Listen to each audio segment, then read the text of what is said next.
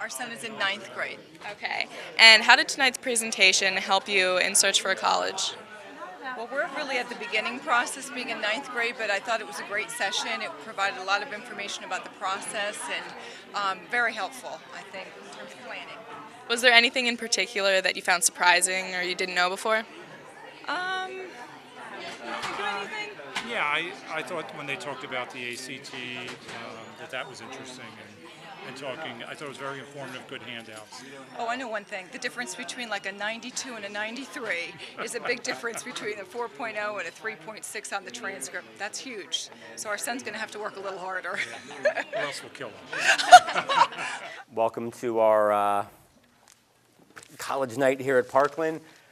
My name's Eric Roberts. I'm a school counselor here at the high school. I've been at Parkland High School since 1996, the old high school. One of the advantages that I've had in being here at Parkland is when the college admissions reps come through our doors, I'm the person they meet with. I'm the person who schedules their visits and whatnot. So for 20 years, I've gotten inside knowledge from pretty much all the colleges based on what they're looking for, trends in admission, what it takes to get in, different things that our high school students need to know. Things really start, grade 9, it's for real, all right? When those of you, and hopefully most of you in this room, have a folder, you will see a high school transcript. I have several copies for you. The high school transcript is what the colleges will be seeing. All right, this is the document that is sent. I made you several copies. The important thing to know about the transcript, it is the most important document for your son or daughter in terms of the college application process. Before I even start talking about the transcript, I want to talk about something that we have here in the Parkland School District that you may not be aware of at the high school level. We changed grading systems in 2013. We got rid of class rank. We went to a plus-minus system. Now, that is very, very important for all of you, and actually for all of your children, because you look at the differences in the grading system. Now, this is available online. It's in the course book. This is everywhere. If you look at years ago, the standard issue was an A was worth 4 points, B 3, C 2, D 1, no credit for an F. If you're taking a weighted course, you get 5 quality points. Well, that has changed depending on the level of course. Standard CP or GHP course here at Parkland, an A is considered a 93 to 100. That's a straight A or A plus, 93 to 100, worth 4 quality points. An A minus, a 90 to a 92, is worth 3.67 quality points. Now, look at over 1 year, the span of 1 year, the difference between a 92% and a 93%. 1 percentage point is the difference between a 3.67 and a 4.0. You start doing that in, let's say 6, 7, 8 classes throughout high school, getting that 92 instead of that 93, those 3, 6, 7 start adding up instead of those 4 O's, thus shifting the grade point average. That is, of major importance here. If you look at even with the B, a standard B worth 3 points.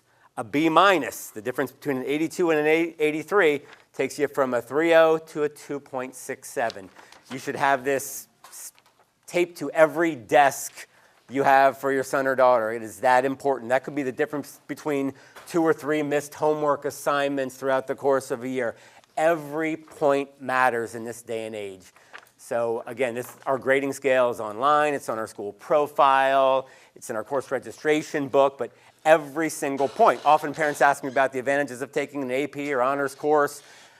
A lot of colleges say if you could handle the rigor, take them, because you see that's where the bonus level comes in. You may see a student at Parkland this year, the highest GPA for the senior class as far as a 4.648. Well, like, Mr. Roberts, you have a 4.0 scale here. How is that possible?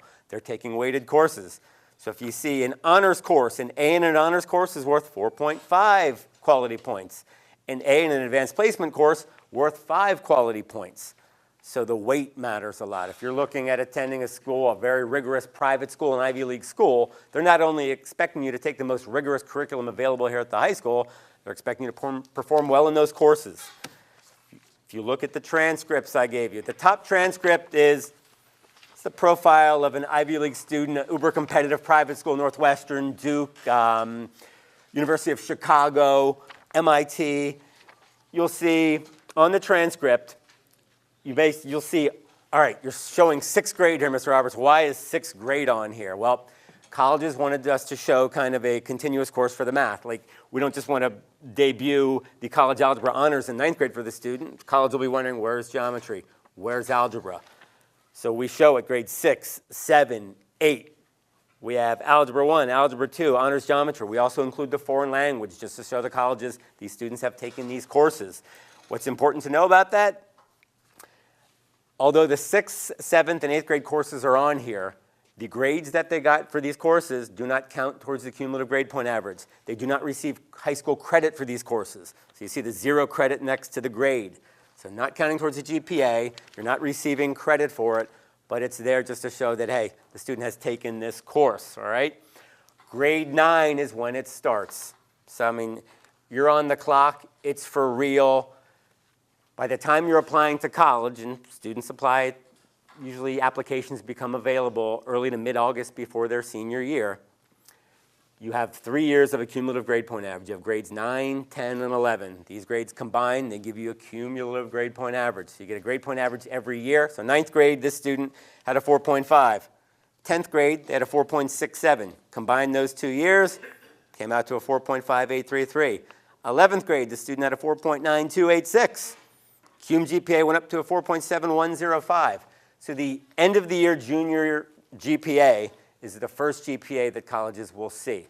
Many colleges will then ask for a 7th semester GPA, which is halfway through the senior year.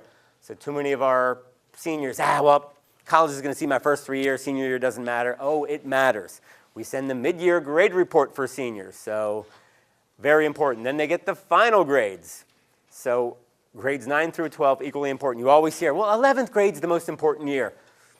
No, it's not. Not even close. Too many students have blown it in 9th grade, then recovered in 10th and 11th, had good years, but 9th grade, unfortunately, will always haunt their transcript because it's part of the cum GPA, whereas colleges will see a trend. Okay, they've gone up every year.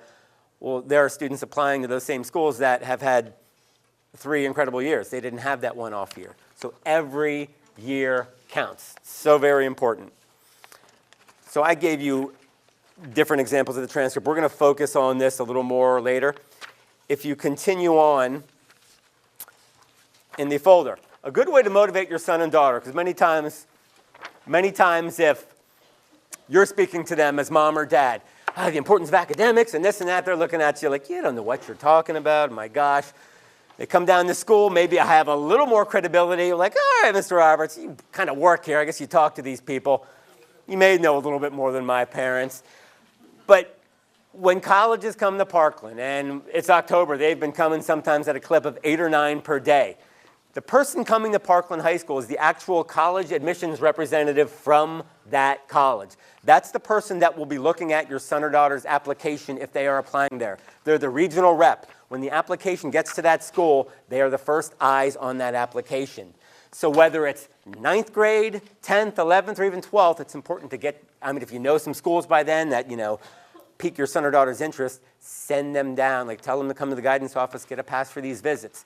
What better chance they're going to have to get a venue to talk to the person who will be, the judge and jury, hopefully not executioner, with their application. These are the eyes that will be on the application, all right? But besides them just telling, go ahead. Calendar's online. Yep, you go online, first the high school webpage, you see on the left, all the colleges that are coming by date and time, all right? Now, the colleges will talk about admission criteria for these schools, but it's all available online. This stuff is out there. I just copied some stuff offline just to prove it. So, Lehigh University, this is their college class of 2019, which is their high school class of 2015. They give a summary. Average SAT scores, ACT conversion, number of applicants, how many were accepted, how many were admitted. On back of that, you see Penn State, all right? Penn State, now I didn't do this in color, we're trying to save some money here. This is the famous Penn State bubble chart. This will be changing as the SATs change. We'll talk about that in a while. But if you look at the Penn State chart here, the top right, you see the dark circles above. Penn State has what's called a sliding scale, GPA versus SAT. You can take, let's say you have a 3.6 GPA. The top right, the black slots there represent main campus. If you follow the 3-6 across, they're expecting a 2100 on the SAT. That's 700 per section. That's a pretty darn good score. That's usually the minimum for the Ivy Leagues to start looking. But Penn State, what I like about Penn State, and as a Pitt guy, I'm really trained to not like Penn State, but if you look at this, the higher the grade point average, if you have a 3.9, that takes your SATs down to a 1700. That's a 400-point swing on the SATs. Penn State is rewarding you. The better the GPA, the more leniency they'll give you on the SAT. I like this about Penn State. Again, it pains me to say that. I love that about Penn State. Unfortunately, with the 4,500 schools and universities, 2-year, 4-year, in the United States, junior colleges, about 4,500. I wish I had a universal answer. All of the colleges do this. For example, Penn State, that's a school that they focus on GPA, SAT, that's pretty much it. Penn State will tell you we will not read letters of recommendation. We will have a short personal statement that we will read, but you're getting in here based on GPA and SATs. We don't have time to read letters of recommendation, to look at a laundry list of extracurricular activities. This is our scale. This is how you're getting in our campuses. Penn State, unlike many schools, I'd say 90% of the schools in the country, and we'll talk about the SATs in a bit, they'll super score the SAT. And you may have heard that term. Okay, if you've taken the SAT 3 times, they'll take the highest critical reading section, the highest math section, combine for your test score. Not Penn State. Penn State takes your best test day. So if you took the SATs in March, in June, and then again in the fall of your senior year, whatever day you scored the highest, that's the score Penn State will take. So again, I wish I had a universal answer for every college. Here's how they look at things. Not so much. But I guess the one universal thing I could say about the schools is they're looking at, all schools are, the first 3 things they're looking at are as follows. Curriculum. So look at the transcripts here. What types of courses? We'll send a profile of Parkland High School. Here are the courses we offer. We have 28 AP courses. We have 30 honors courses. Here's, the CP courses we offer. That's all listed. So the schools will say, okay, what type of curriculum are they in? Are they taking mostly honors? When they have a chance, have they taken AP? Are they taking CP, GHP? They're looking at the rigor of the student schedule. When it comes time for the senior year, are they taking that 4th year of a math? Are they taking that 4th year of a science? Are they taking a foreign language? If not, maybe the student decides, all right, listen, I am not going in to a math or science related field. So that student, instead of maybe taking ceramics 1, 2, and 3, jewelry and metals 1, 2, and 3, lifeguarding, they're saying, you know what? We want to fill it with some strong courses. We're thinking of majoring in psychology. Okay, AP psychology. Or we're thinking of music. We have several not several, we have many, many electives in our music department, especially at the AP or honors level. So they're looking for a strong course load, a strong schedule, a very strong curriculum. When counselors and teachers are asked to rate a student's curriculum, it's most demanding to average, least demanding. So they want to know, has the student challenged him or himself with a rigorous curriculum at Parkland? We have, for example, I've had students who want to major in business, and I'm looking at their schedule we're doing, let's say for the junior year. Yep, I think I'm going to be a business major. I'm like, okay, do you see the about 19 business electives we offer? You don't have one listed. You have art classes. You're not going to be an art major. Nope, business. I'm like, well, I think we need to start, going business, and you're going to have to take business calc when you're in college. So, what do you mean calculus? I'm like, yeah, and statistics. You don't have to take that. Well, we have stats. We have calc. So when it comes time for students to bring their course registration sheets home, it's usually in January, right when the holiday break ends, take some time to look at that course registration sheet with your son or daughter. Make sure that if there's an area of interest, that they are taking the electives we have in that area or the course subjects. Don't be afraid to make an appointment with your child's counselor or call me up. I'm actually here every Wednesday from 3 o'clock to 7 o'clock, and not against my will. I'm actually here to meet with parents and students about the whole college process. Several parents out there who I've met with on those nights, and give you an hour. It's very informative, and so questions you may have along the way, and you can't get in during the school day to see your child's counselor, I'm here from 3 to 7 o'clock, okay? So just the transcript, that important. What else is important about the transcript? Testing scores are on here. From the SATs, the SAT subject tests, ACTs, any advanced placement tests. Activities. So if we look at this first transcript, it's 2 pages. All the community service hours this student has performed. All the clubs and organizations this student was in. They list that by grade. It's important to get involved. But curriculum, number one, we're going to talk more about the other things, but I would say, I feel comfortable saying for 100% of the schools, the first thing they're looking at when they look at a transcript, the courses they're taking. Number two, obviously they're looking at the grades. And that's where that first form I gave you, the grading system here at Parkland, again, I cannot tell you how important this is. Like a lot of our state schools, they're going to let you know, hey, we look for about a 3.0. I mean, we look for a B average. Well, again, a straight up B, 83 to 86 is worth 3 quality points. That B minus 82 is worth 2.67. That's a pretty big drop. And if that drop continues, that's going to affect the overall GPA.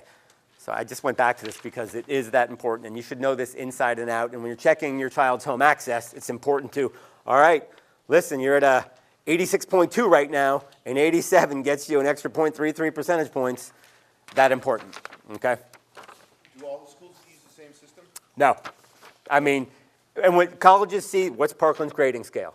What are they using? Some colleges will strip things down, we're going to use our system. Others like Penn State, whatever the GPA they're coming out with, that's what we're using. But this is our system that we adopted. The grading scale is on the transcript. And then, I'm sorry, the school profile that we send with each college application. So this is what they say.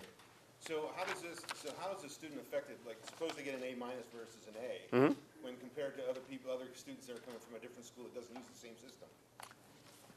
They're basing it on our system. So Penn State's not looking, okay, well, we're going to take this overall GPA, and we have to break it down to a different scale. They don't have time to do that. Like a smaller private school, like Duke said, hey, we strip things down, we use our own system. Penn State, they're coming out of Parkland with this GPA, here's our scale. Again, I wish I had that universal. So is this to our students' advantages, or is this to? I think it's to our students' advantage, because if you're getting a B plus and 87%, you're getting a 3.33. In the past, you were getting a 3.0. So it's kind of, I think it's for our students that are working hard, it's to their advantage. All right. I put in here also before I go to the PowerPoint, a sample college application. This is called the Common Application. This is used by over 600 colleges, and every year more and more schools are adding to this. State schools are starting to jump on the Common Application. It's one-stop shopping for students. If you look through this, see the first couple pages, demographic info, family info. If you get to the third page of the application, education. All right, where did you go to high school? Anywhere else besides Parkland? You would list that on here. They'll ask for your academics. Even though it's reported on your transcript, they want you to kind of self-report on here. Okay, what are your SATs? Have you taken any college courses, dual enrollment courses, things like that? That all goes on here. AP page 4. That's when it starts getting into the nitty-gritty, all right? So where the top 3 things most schools are looking at, curriculum, grades, testing, SATs, ACTs, and we're going to get to that in a bit, but those are universally the top 3. All right, what type of curriculum? What type of grades are the students getting? What are the SAT scores, ACT scores? Certain schools require subject tests. That's all in there. Those are universally the big 3. They really, really are, and I'm quite sure it's that order, all right? Now, private schools. I'm talking even locally, Lehigh, Muhlenberg, Lafayette. They want to know more. All right, so we see the GPA, we see the SATs, we see the curriculum. What else are you bringing to the table? So on application page 4 here, any honors the student has received during high school. Could be honor roll and report card, high honor roll. Could be like principals list. Could be things like national merit, other things won throughout high school, all right? Again, this is throughout high school. They want a spelling bee in 8th grade. It's a year too early to win that spelling bee. So any honors up there. Then extracurricular activities and work experience. Now, you see all the spots here to list extracurriculars and work experience. They're expecting our students to be active in something. If they're not seeing anything here, I may be thinking, okay, so the student's coming to school, they're doing well academically, but that's all they're doing. When a college is looking at, like especially a private school, looking at a student, they want to see a well-rounded student that's going to contribute to their campus, whether it be, through the community, through clubs and activities. So you see extracurriculars, grades 9 through 12, hours per week, weeks per year, during the school year, during the summer, positions held, honors won, letters earned, or the actual employer. If applicable, do you plan to participate in this activity in college? So all you have to do is throw this on your son or daughter's desk. Okay, right now you're involved in one thing. A lot of spaces here. Maybe you should look to get more involved. If they say, oh, there's nothing going on at Parkland, there's nothing that we have to offer, just take a look at our student activities book.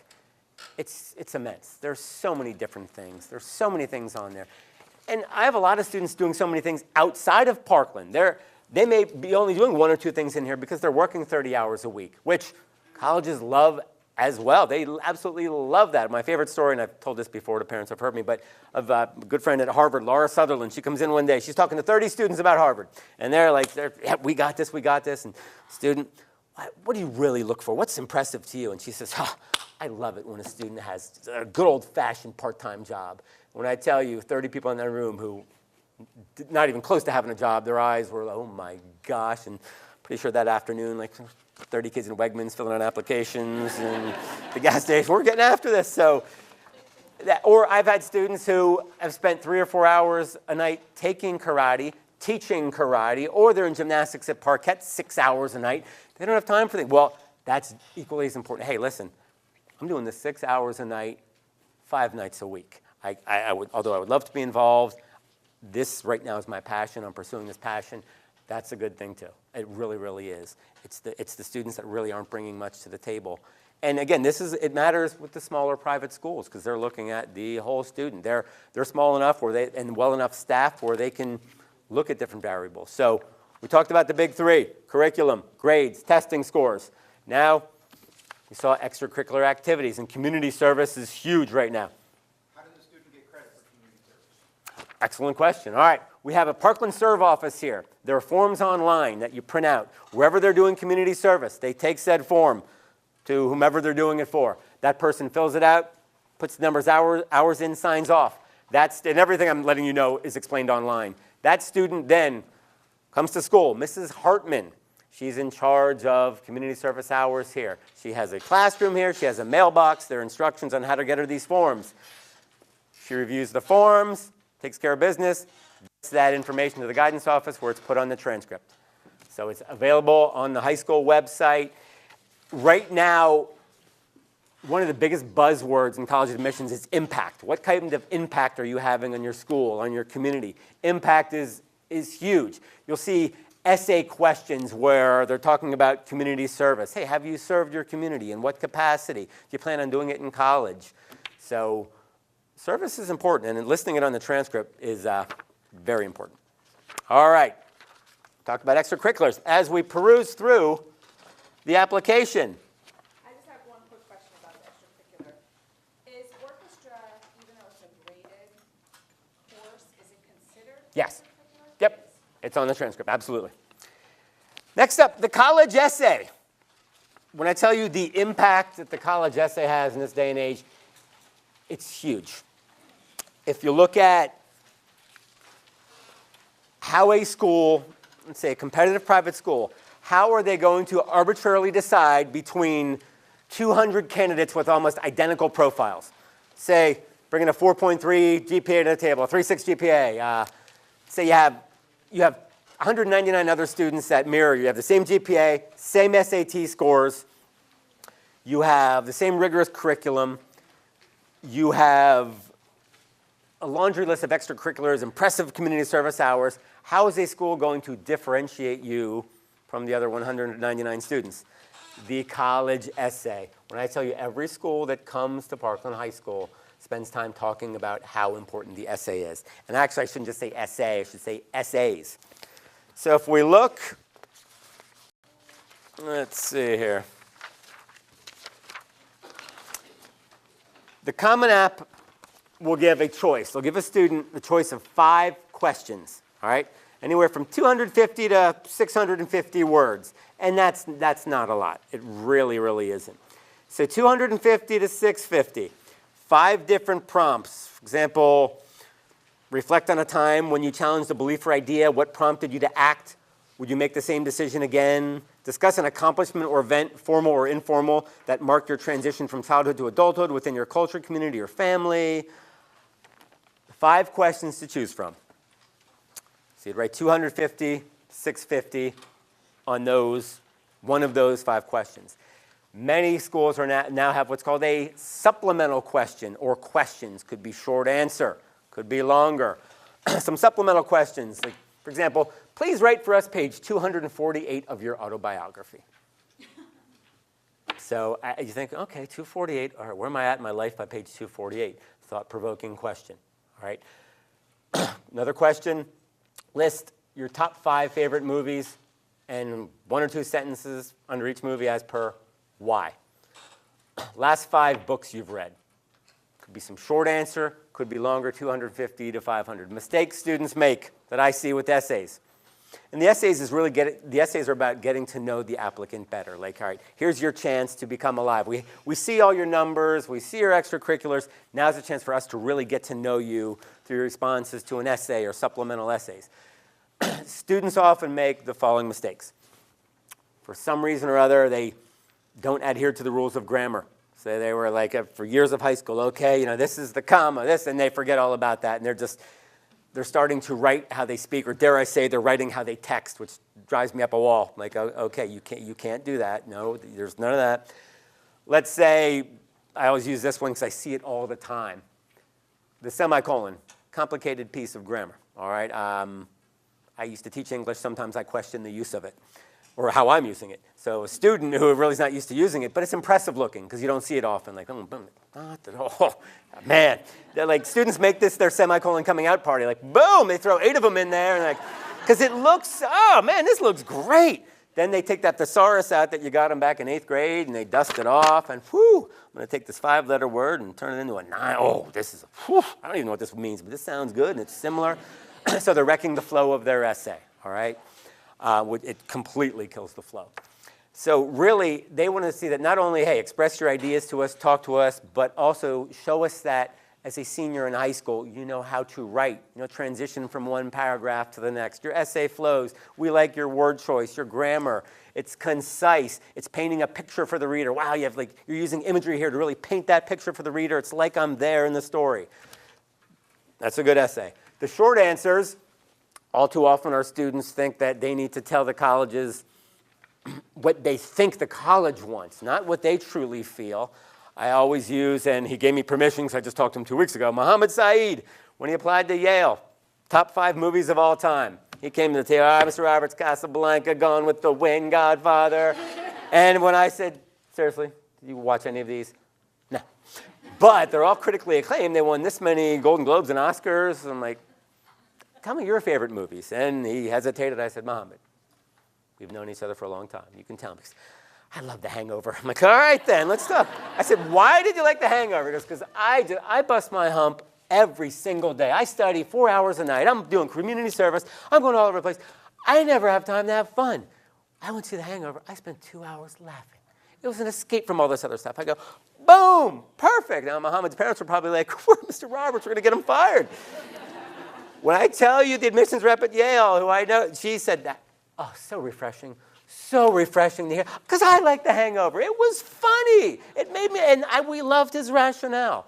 So being honest in there as well. So so the short answers, even the past 5 books, don't like, I got to go to the New York Times bestseller list. I don't do these 5 right here, put it in there, make up something why I liked it, read the Spark Notes, go online, read a review, boom.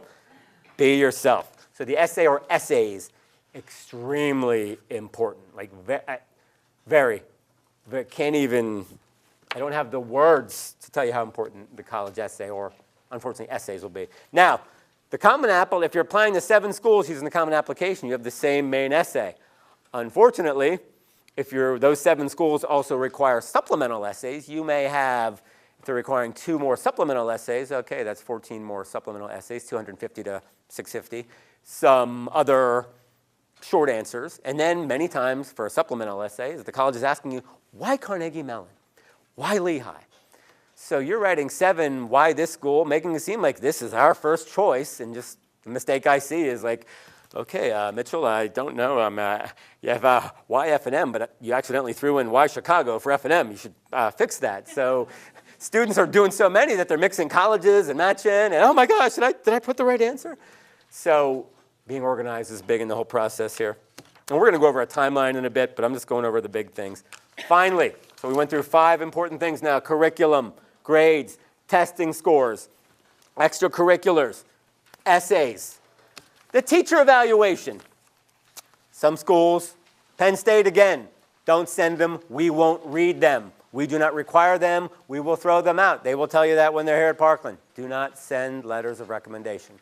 Other schools may require one, some 2 or 3. They're really looking for core teachers, English, history, math, science. I have too many students who, let's say, they're applying to school for engineering. All right, well, obviously I need math and science, Mr. Roberts. Not necessarily. Let's see how both sides of the brain work. You send to physics, but also send to, a world history. Things to think about with that. And that's where getting to know a college admissions rep who comes here to Parkland, hey, here's what I'm looking to do, letters of rec, what are your thoughts? It's one thing to ask you guys as the parents, ask me or any of the counselors here, but ask the person who's going to be reading the application. Well, here's what we like to see. It's easy. It's a piece of cake to do that. But the teacher evaluation, if you look on the last page, you will see what they are asked to rate your child on. From below average to one of the top few I've ever encountered. And I'll go through it. Academic achievement, intellectual promise, quality of writing, creative, original thought, productive class discussion, respect accorded by faculty, disciplined work habits, maturity, motivation, leadership, integrity, reaction to setbacks, concern for others, self-confidence, initiative, independence, give an overall rec, and then also teachers asked to write whatever you think is important about this student, including a description of academic and personal characteristics as demonstrated in your classroom, all right? So the teacher's writing the recommendations, and really the college is looking for the upper class. Freshman teachers, more and more colleges I hear, listen, they're coming right out of middle school. It's a transition year. We're looking for those teachers 10th, 11th grade, and depending on when they're applying, maybe even for a semester, 12th grade. But really, if your son or daughter's in class, they're not raising their hand, they're not talking, they don't come to class prepared, there's not a whole lot a teacher can write here. Okay, so you're seeing what they're required to check off. You're seeing that they're asked to write an additional recommendation. Our teachers do a phenomenal job writing letters of recommendation. They really personalize these letters, really gear them towards the individual. Again, based on their performance in that classroom. So if they're in a world history class 44 minutes a day for an entire year, that is basically the teacher's going to be commenting on what that teacher sees in there. The teacher will also add some, like if they know them out in the community or they know they're really actively involved here, they'll throw that in as well. But the main crux of the recommendation is performance in that classroom and all these other things that you just saw. So again, something to take home. Okay, you see this. What is the teacher going to check off for you? Are they going to be able to say that, hey, you're showing leadership in the classroom, if you have disciplined work habits, creative original thought, meaning you're raising your hand, participating, very important there. So really, private schools, looking at the big 6 there. And that having the common application to show as an example is very important, all right? Also, with the colleges, and you see not only the profiles that I had in this folder of what it takes to get in these schools, but I also copied some stuff in there in the packet on, like Princeton, for example, and Westchester after. They're going to let you know, here's what we want to see in high school. 4 years of English, 4 years of math. Most candidates have had some study in the visual or performing arts. That's a good thing. Whenever you can, challenge yourself with the most rigorous courses possible. Every college will have a section in the admissions link about high school preparation, what they expect. So not only we see like average GPA, average SATs, what other students in that class are doing, whether they're coming from private schools, homeschooled, international students, what's the percentage rate for students getting in, that's all out there. So it's tough sometimes when I get a student coming to me, let's say I have a 2.4 GPA, and I'm Mr. Roberts can apply to Penn State University Park, Pitt, Maine, Temple, and it's like, all right, well, you can probably get in Penn State Lehigh Valley campus, and they're looking at me like I have 3 heads, and I'll pull up the things online. Well, here's the cutoff, and I had no idea. It is all out there. That's where, when like I went to school and most of you went to college, we were carrying those big catalogs around that weighed way too much. Now it's not only is this information online, but you can take virtual tours of the campus. It's so easy. But every school, you go to the admissions link.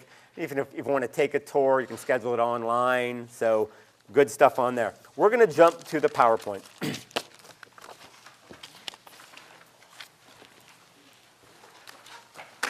So it's important, and again, I said almost 4,500 colleges and universities in the United States.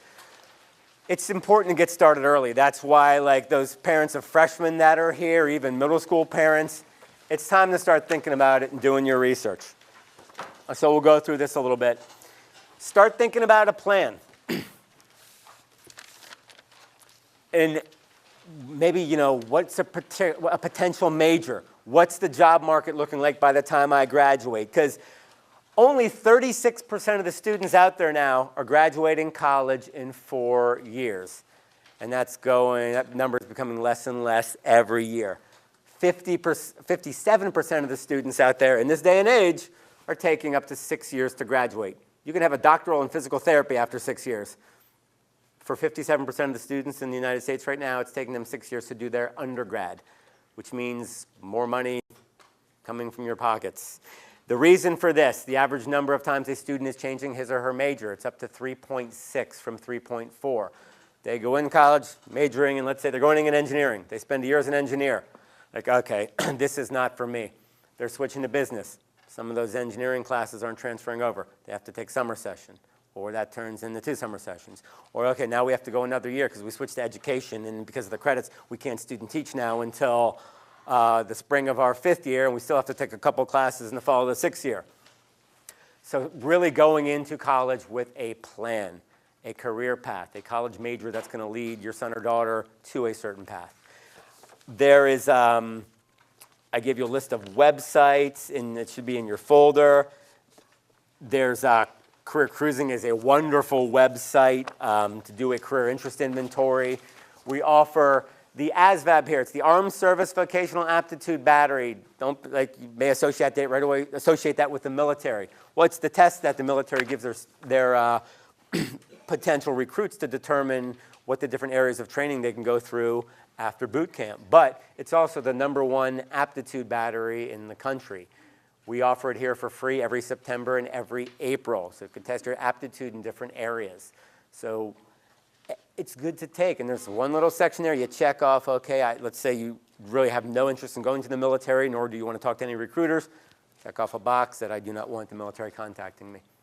So, but it's a wonderful aptitude battery. So between career interest inventories, aptitude batteries, there's some good things out there to start checking out what a potential career could be. Also, looking at the Department of Labor.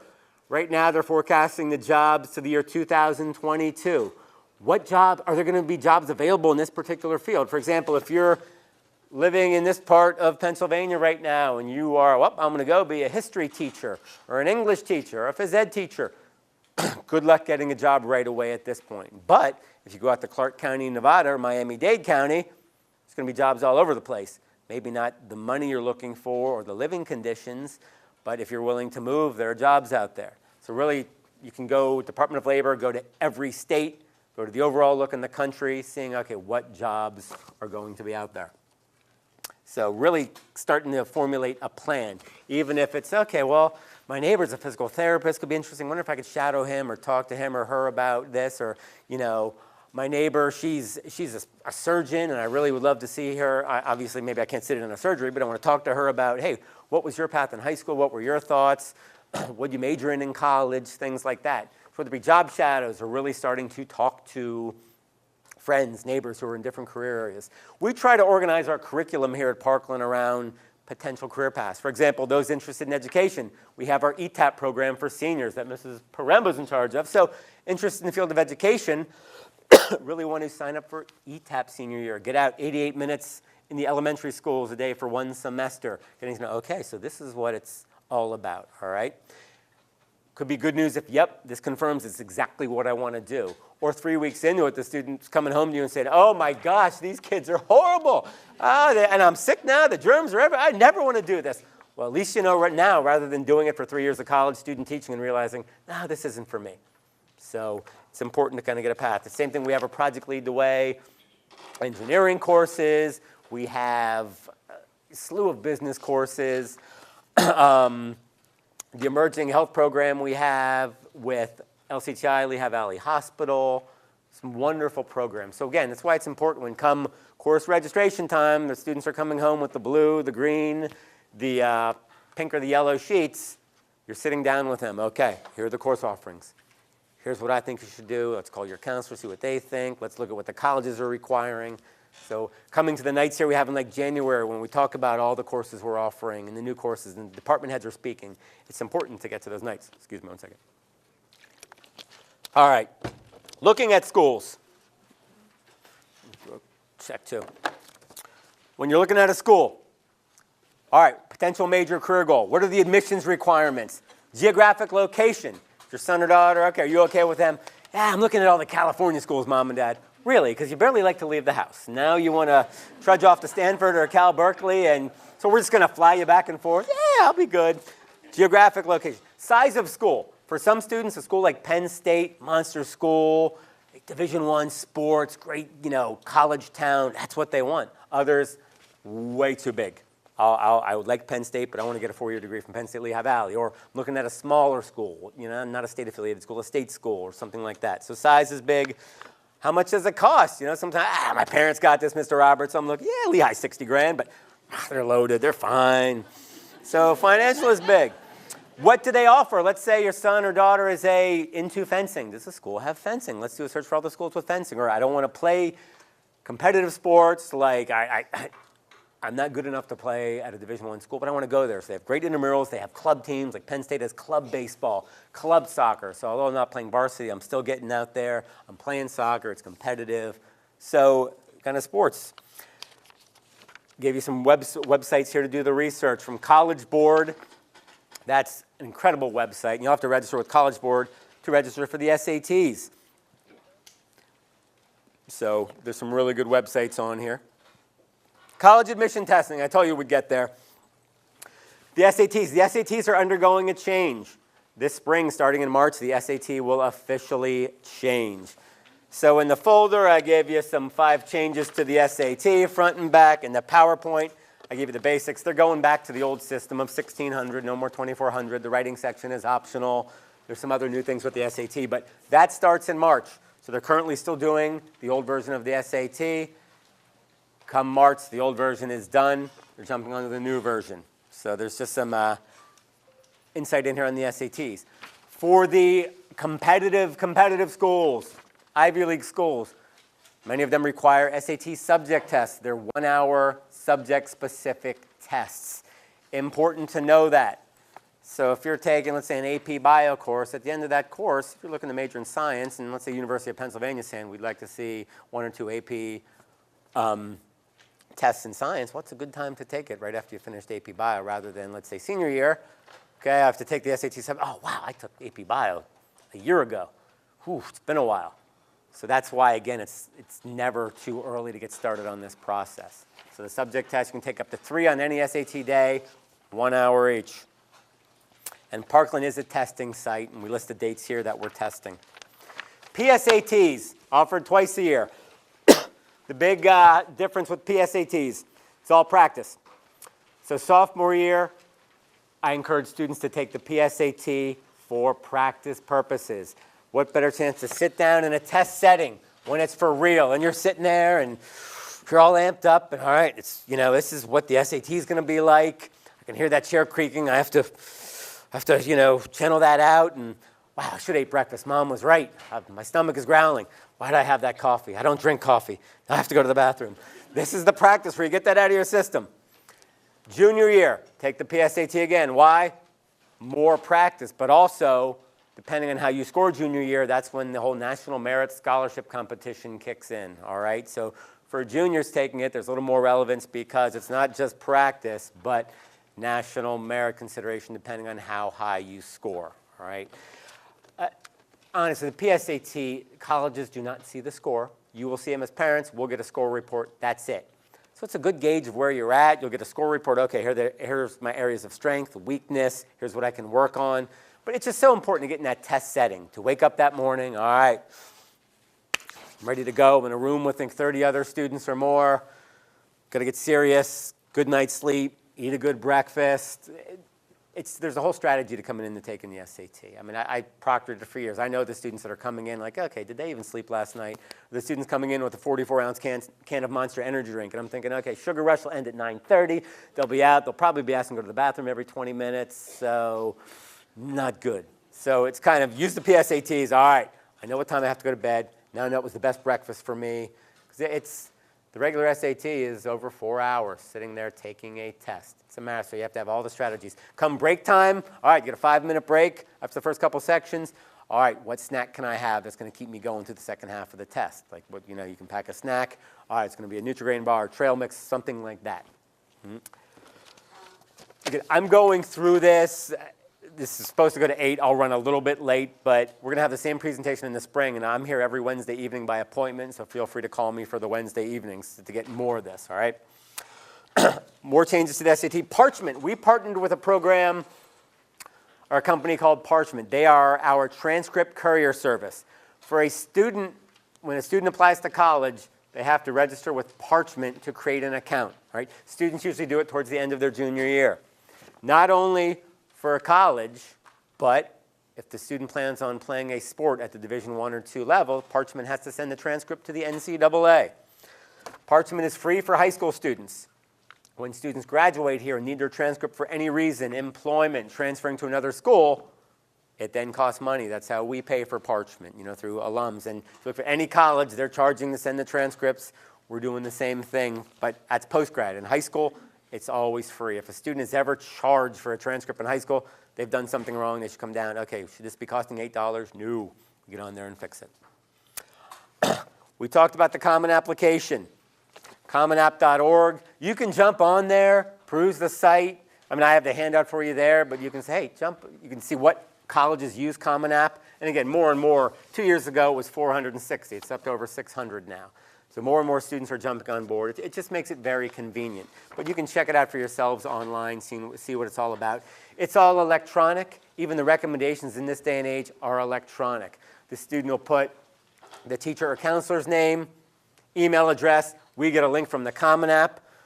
Well, as counselors, we'll upload the school report, upload a transcript, do our recommendation, boom, send, automatically shows up that it's sent. The student can go on their portal. Yep, all right, Mr. Roberts submitted my stuff on October 28, 2015. Perfect. Mr. Martin submitted my stuff on September 27th. Excellent. They could track it. Before, there are always horror stories about letters of recommendation getting lost in the mail or just sitting there in an admissions office piling up. So now that it's electronic, it's really, really nice. And even like the state schools are doing it, everyone's doing online applications anymore. So no more paper, pencil, everything's online. If we go to college application procedures, applications become available early to mid-August, right before a student's senior year. That's an excellent time to get a jump on things, especially with the essays, all right? Now, as seniors here, our senior English teachers will do a college essay lesson to start the year. And students will write essays. The teacher will take a look at the essays, give his or her input on their writing, give them different prompts. A lot of our teachers come down and talk to the admissions reps. They get information on the essays. There's an essay unit to start off the year. But early to mid-August, right before their senior year, applications become available online. They can start filling it out. More importantly, they can start tackling the essays before senior year starts and the activities start up and their classes and the homework. So it's a good chance. You may have 3 or 4 weeks to really get cracking on the applications, especially the essays. Now, when I tell students this, they look at me like I have 4 heads. August, Mr. Roberts? No, I don't think so. As school starts, I'll get cracking on this. But they don't have that calc test to worry about or that science exam. It's still summer. They can focus. So that's when the applications become available. There's a transcript release form that you must sign as parents for the student, unless the student's 18, to allow us to release the transcript. Okay, it's just procedure. If they're going to want us to send a transcript or write a recommendation, it's at least minimum of 10 school days. Because right now, I have college applications all over the place right now. So the minimum is 10 school days for us to process an application and send it. That meaning the school report, the transcript, all that. For teachers writing a recommendation, I know Mr. Dave Martin, many of your students may have had Mr. Martin for class. I think he's up to about 47 requests to write letters of recommendation. He's very serious about it, does a good job with it. But if a student comes to him 5 days before the application's to be submitted, Mr. Martin, remember that recommendation? Can you take care of that? Wow, when's your application due? Next week. Mr. Martin's going to say, hey, Mitchell, I love you, but 5 days, I can't do it, all right? Mitchell, I'd do it for you in 5 days. But you have to give that window. So for teachers, I'm saying at least 4 to 6 weeks.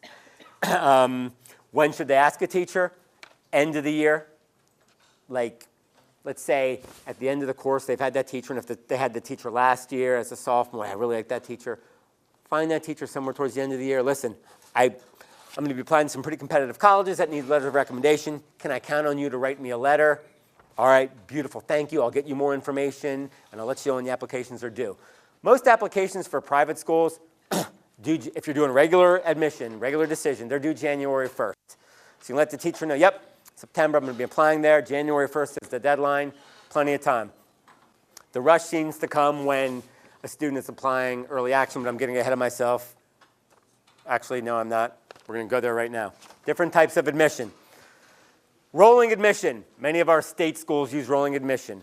You apply within, could be 3 weeks, within 6 weeks, you know your status. We have students already now, October 28th, that are admitted to 5 or 6 schools they apply to, state schools. They're good to go. It's just a matter of picking the school, putting down their housing deposit. That's rolling admission, so for kind of a first come, first serve. There's early action and early decision. This is where it gets confusing. Both early action and early decision applications are due early to mid-November, November 1st, November 15th. They're big deadlines. What students need to do with early decision. Early decision at most schools, that is a binding decision, all right? Meaning, if you apply to a college early decision and you get into that college, you are legally bound to attend there. You have to let all your other colleges know, sorry, I was admitted to Syracuse early decision. I have to withdraw my application from your school, okay? Early action is similar, but it's not binding, all right? So early action, let's go back to early decision quick. So you apply November 1st. They usually will let you know by mid-December whether you'd been admitted or not. If you're admitted to a school early decision, you inform your other schools, you're withdrawing your application, and you're set to go to that particular school. Advantage of early decision. Ooh, is it raining? The percentages to get in a school early decision, they're like, let's say University of Pennsylvania is 12% of the students get in regular decision. Early decision may jump up to 24%. But with that, again, it's binding. So I always encourage students, like, if you're applying to early decision, you better know for sure, this is the school I've been dreaming about. This is for me, number one. Number two, no matter what happens with our financial aid package, we can afford it because it's binding. Those are the big two. Like, you have to know, this is the college I've been dreaming about my whole life. I don't care about any other school. This is it. And, okay, if I get in, I can afford this school, all right? Early action. In most schools, hey, if you get in, they'll admit you usually in January, and then, hey, we've admitted your early action. If you want to throw your housing deposit in, great. If not, you can still apply to other schools, but we've just given your decision early. So early decision is the risky one. Again, advantage, percentages increase in terms of getting in the school. Disadvantages, I think, outweigh the advantages. But what you'll see a lot of times with colleges, if a college is heavily recruiting a student athlete, they're pushing them to apply early decision because they want to lock them in. That's their best chance to get them in as student athletes to the school. And okay, they'll sign the national letter of intent in November. They'll get in. Boom, we have them in our recruiting class. So that's, I don't want to say a ploy, but that's what a lot of the college coaches do. Does it affect your financial aid package? Do you think, like, if they've accepted you and you're locked in, do you think that influences the financial? I don't. No. But yeah, I mean, you better know that, hey, we have this. No matter what the government says, we got this. NCAA clearinghouse. For any of your, if you have a son or daughter who wants to play sports at the Division I or II level, you must file with the clearinghouse. Our students usually do it at the end of the junior year. Again, it's important to go through Parchment for the transcript. You jump on there. It's $65, $70, and it's all an NCAA thing. So you get on there. There's a sliding scale for participation in sports, like kind of Penn State. The NCAA has a GPA and SAT minimum to participate in sports. And when you apply, like I've had student athletes apply for NCAA clearinghouse, and at the time they apply, they're not eligible. but by the time they graduate, they've worked their way up to where they're eligible to play sports at the college level. Okay, so NCAA Division I or II sport, you have to go through the NCAA clearinghouse. And a lot of times coaches that are recruiting your sons or daughters, if they're doing so, they're going to inform you of this. Hey, don't forget, clearinghouse, have to fill that out, have to get that on file. Financial aid, I mean, you guys have come out in droves for this, so come back on November 16th. It's in the auditorium, so seating for everyone. It's our financial aid night. We have someone from FIA, the Pennsylvania Higher Education Assistance Agency, giving a talk on the dreaded FAFSA form, the free application for federal student aid, which becomes available January 1st. All right, and that's kind of the one-stop shopping for financial aid. They'll also talk about the CSF's profile. They'll talk about scholarships. So Monday the 16th is a good night. Not only if your son or daughter is a senior and it's going to be the deadline, or not the deadline, but the January 1st date where the application will become available is there, but if you're a junior parent, sophomore, freshman parent, come listen and get a taste for what you're in store for the next several years. They'll break it down, how colleges look at financial aid, how like an estimated family contribution, things like that. So that's important. Scholarships. I always encourage our students, and Mrs. Prembo over here is in charge of scholarships. She does a great job of posting them on the website. By the end of the year, a host of scholarships on that website. But what I find with our students are they're not really aggressive enough in pursuing scholarships. I've had years when I used to coordinate the scholarships for Mrs. Premba where you have a scholarship from an elementary school PTO that could be giving $500 to $750, and we may have had 2 people apply for the scholarship. 2 people.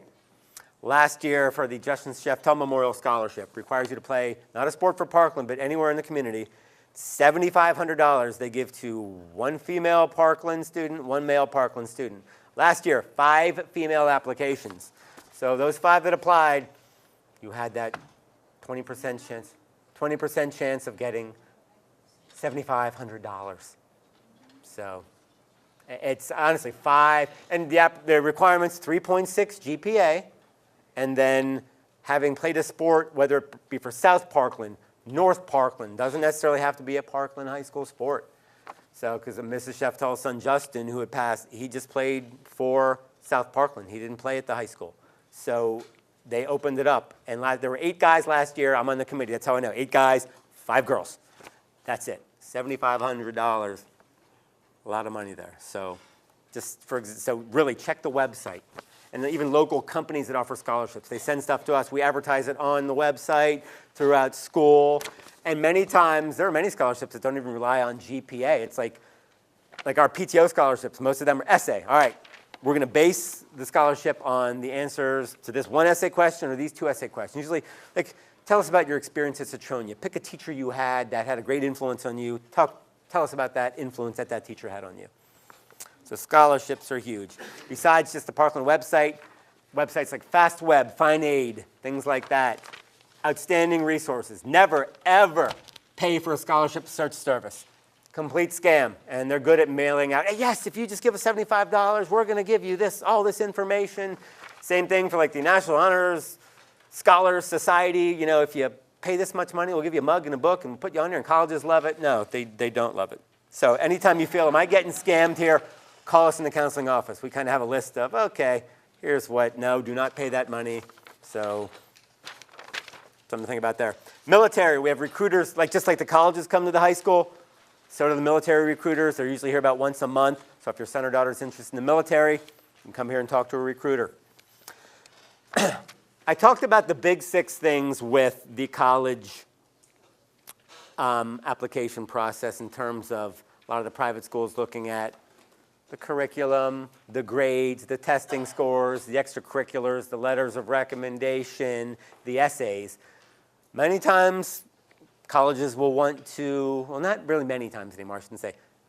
The uber competitive private schools, they're going to want to interview a student. They're going to want an alumni interview, all right?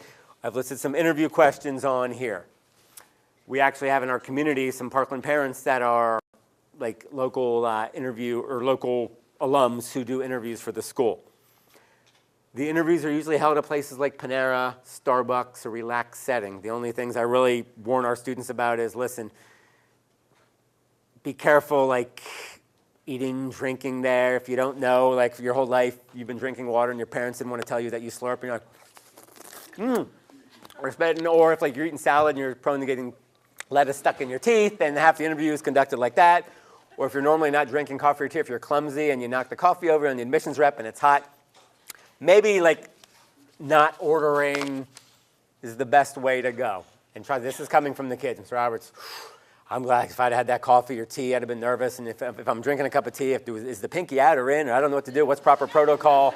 Little thing. And by the way, protocol, for years I thought the pinky was out. Our international foods teacher said, what is wrong with you? So it's no pinky out. I thought that was appropriate. So it's not. But the college interview. And you'll see the questions here. They're not, okay, so you're going to major in chemistry, huh? All right, periodic chart. I want you to name, or like, oh, so math major, huh? All right, Pythagorean theorem, solve it algebraically and geometrically. Now, that's not the type of question. It's, you know, it's the, tell me about yourself. Why are you interested in our college? What's your major? Things, they're basics. But sometimes the most basic things can throw our students. Like, so tell us about yourself. Oh, it all started at Presbyterian Hospital, and 10 minutes later, and when I was 4, I just couldn't get the shoe tying thing down, and then I was like, oh my gosh. Our students, I mean, when I've talked to the alumni reps, like, listen, I come from a family that really has always emphasized academics. They've talked about serving our community. They're tight-knit. They've made sure I've always, studying. The focus was on academics and, being kind to others. That's all. A family's always a good starting point. I always tell our kids, never be negative in an interview. So what's Parkland like? It's horrible. Oh, my God. I hate all this. And never be negative. Even the kids that may not like it, I say, you can fake it for an hour, all right? Additional items on here, there's a national college fair in Philadelphia. Again, it lists my hours here from 3 to 7 o'clock. I literally have 6 minutes for questions. You can email. I'm available for Saturdays, but my daughter just got an expander. This is a sympathy story. Just got an expander put in, and I have to turn the key tonight. It's going to be a good time. And Mrs. Roberts can't really see well enough to turn the key. Thus, she puts that on me. So I'm the bad guy. So you got till 8:15. Any questions? My daughter is a junior in 11th grade. Do you think attending this presentation will make the college process easier or less stressful? Yes. Is there anything particular you learned tonight that you found surprising or didn't know before? I just got a really good general overview, and then in each of the steps there were also more details. So I feel like I'm more prepared as a parent to guide her through this process now.